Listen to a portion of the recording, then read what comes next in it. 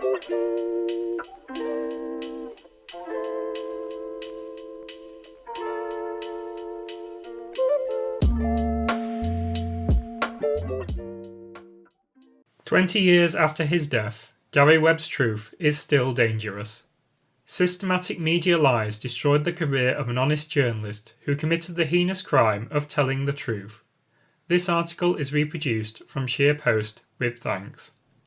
The truth about the activities of the CIA and other Western intelligence agencies is often stranger and more horrifying than the darkest works of dystopian fiction.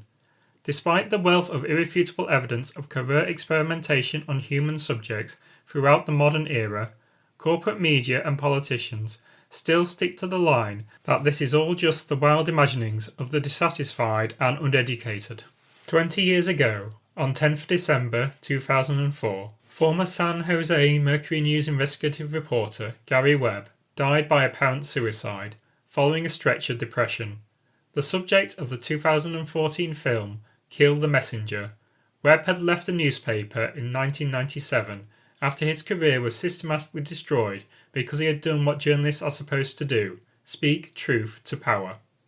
In August 1996, Webb penned a three-part series for the Mercury News that documented how profits from the sale of crack cocaine in Los Angeles in the 1980s had been funneled to the Contras, the right-wing CIA-backed mercenary army responsible for helping to perpetrate a large-scale terrorist war against Nicaragua. At the same time, the crack epidemic had devastated black communities in south-central LA, which meant that Webb's series generated understandable uproar among black Americans across the country. But Webb's revelations should hardly have been a newsflash, as fairness and accuracy in reporting's fair Jim Nurikas noted in a 2014 dispatch. The CIA was informed, quote, as early as September 1981 that a major branch of the Contra leadership had made a decision to engage in drug smuggling to the United States in order to finance its anti-Sandinista operations, end quote, according to the CIA Inspector General's report. See How to Drive a Colleague to His Grave and Sleep Easy at Night by Jim Nurikas, Fair, 21st of October, 2014. Not that the CIA was any stranger to drug running, as indicated by, amongst others, a 1993 op-ed appearing in the New York Times. The essay traced CIA ties to narco-trafficking back to the Korean War, while the Vietnam War reportedly saw heroin from a refining lab in Laos, quote, ferried out on the planes of the CIA's front airline, Air America, end quote. The piece went on to emphasize that, quote, nowhere was the CIA more closely tied to drug traffic than it was in Pakistan, end quote, during the Afghan-Soviet War of 1979 to 1989. See The CIA Drug Connection is as Old as the Agency by Larry Collins, New York Times, 3rd of December 1993. Decade-long suppression of evidence. And yet, in spite of such established reality, Webb was subjected to a concerted assault by the corporate media, most notably the New York Times, Washington Post, and LA Times, as detailed in a 1997 intervention by Fair's Norman Solomon. The media hit job relied heavily on denials from the CIA itself, as in, CIA chief denies crack conspiracy, one of the examples cited by Solomon, which is kind of like saying that the bear investigated the sticky goo on his paws and determined that he was not the one who got into the honeypot. In December 1997, the same month Webb left the Mercury News after being discredited across the board and abandoned by his own editors, the New York Times reassured readers that the, quote, CIA says it has found no link between itself and the crack trade. As Solomon argued, quote, the elite media's attacks on the series were clearly driven by a need to defend their shoddy record on the Contra cocaine story, involving a decade-long suppression of evidence, end quote. See Washington's Worst Kept Secret, Fair, 1st of June, 1987. See also Media Censor CIA Ties with the Meddling Drug Cartel, Fair, 1st of March, 1988. Time and again, the nation's leading media outlets had buried or obstructed news suggesting Contra cocaine links. Nurikas pointed out that the Washington Post, quote, ignored Robert Parry and Brian Barger's groundbreaking AP article, which first revealed the involvement of the Contras in drug running, and then failed to follow up as smaller papers reported on Contra-related cocaine traffic in their backyards, end quote.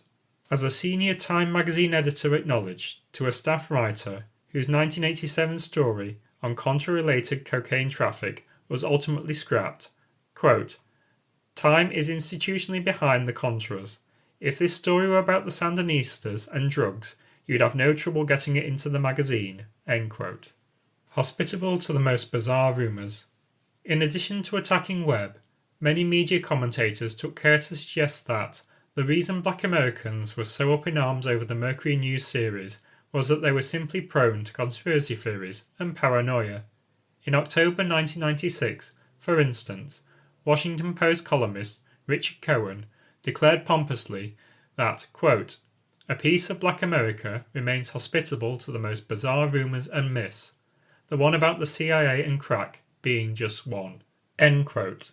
Bizarre indeed that black folks might not be so trusting of the government in a country founded on slavery, where to this day racist persecution remains standard operating procedure rather than rumour. Furthermore, much of the CIA's behaviour over the years beats any conspiracy theory hands down. The agency's mind control program, MKUltra, comes to mind, which operated from 1953 until the 1970s and entailed administering drugs like LSD to people in twisted and psychologically destructive experiments. Stephen Kinzer, author of Poisoner-in-Chief, Sidney Gottlieb and the CIA's Search for Mind Control, described in an interview with NPR how MKUltra, quote, was essentially a continuation of work that began in Japanese and Nazi concentration camps. Not only was it roughly based on those experiments, but the CIA actually hired vivisectionists and the torturers who had worked in Japan and in Nazi concentration camps to come and explain what they had found out so that we could build on their research. End quote. See The CIA's Secret Quest for Mind Control, Torture, LSD, and a Poisoner-in-Chief by Terry Cross, NPR, 20th November 2020. In 2012, NBC News reported on a lawsuit against the US federal government by the, quote, sons of a Cold War scientist who plunged to his death in 1953, several days after unwittingly taking LSD in a CIA mind control experiment, end quote. In short, who needs conspiracy theories when you have the CIA? Connecting the dots. The question remains, however, as to why Webb underwent such a vicious assault when, at the end of the day, contra-drug running was no more nefarious than anything else Washington was up to in the Americas. Objectively speaking, reports of the infliction of large-scale terrorist war against Nicaraguan civilians should have raised the same alarms and prompted as extreme an establishment backlash as narco activity by CIA mercenaries. Plus, the whole Iran-Contra scandal should have already alerted Americans to their government's propensity for lying, not to mention violating its own laws. Around the same time that the USA was enabling Contra crimes, of course, it was also backing genocide in Guatemala, facilitating mass slaughter by the right-wing Salvadorian military and allied paramilitary groups, and nurturing Battalion 316, quote, a CIA-trained military unit that terrorized Honduras for much of the 1980s, end quote, as the Baltimore Sun put it. In December 1989, the USA went about bombing the living daylights out of the impoverished Panama City neighborhood of El Chirrio, killing up to several thousand civilians and earning the area the moniker Little Hiroshima. While contra-drug running, that's covered just fine with imperial foreign policy, it seems that Webb's fundamental crime was connecting the dots between US-backed wars on civilians abroad and the US war on its own domestic population, which continues to disproportionately target black communities. After all, under capitalism, all men are not created equal, and the institutionalized overlap of racial and social economic inequality partially explains why African Americans have a lower life expectancy than white, and how we've ended up in a situation in which white police officers regularly shoot unarmed black people. But there we go again with those bizarre conspiracy theories. Now, 2 decades after Webb's death, the US government obviously hasn't managed to kick the habit of wreaking lethal havoc at home and abroad, including in the Gaza Strip, where US funding of the ongoing Israeli genocide of Palestinians has been accompanied by a calculated media campaign to obscure reality. Rather than speak truth to power, journalists have lined up to faithfully spout one untruth after another on power's behalf, rendering themselves effectively complicit in genocide itself. And as the major outlets trip over each other to toe the establishment line, the corporate media is more of a conspiracy than ever.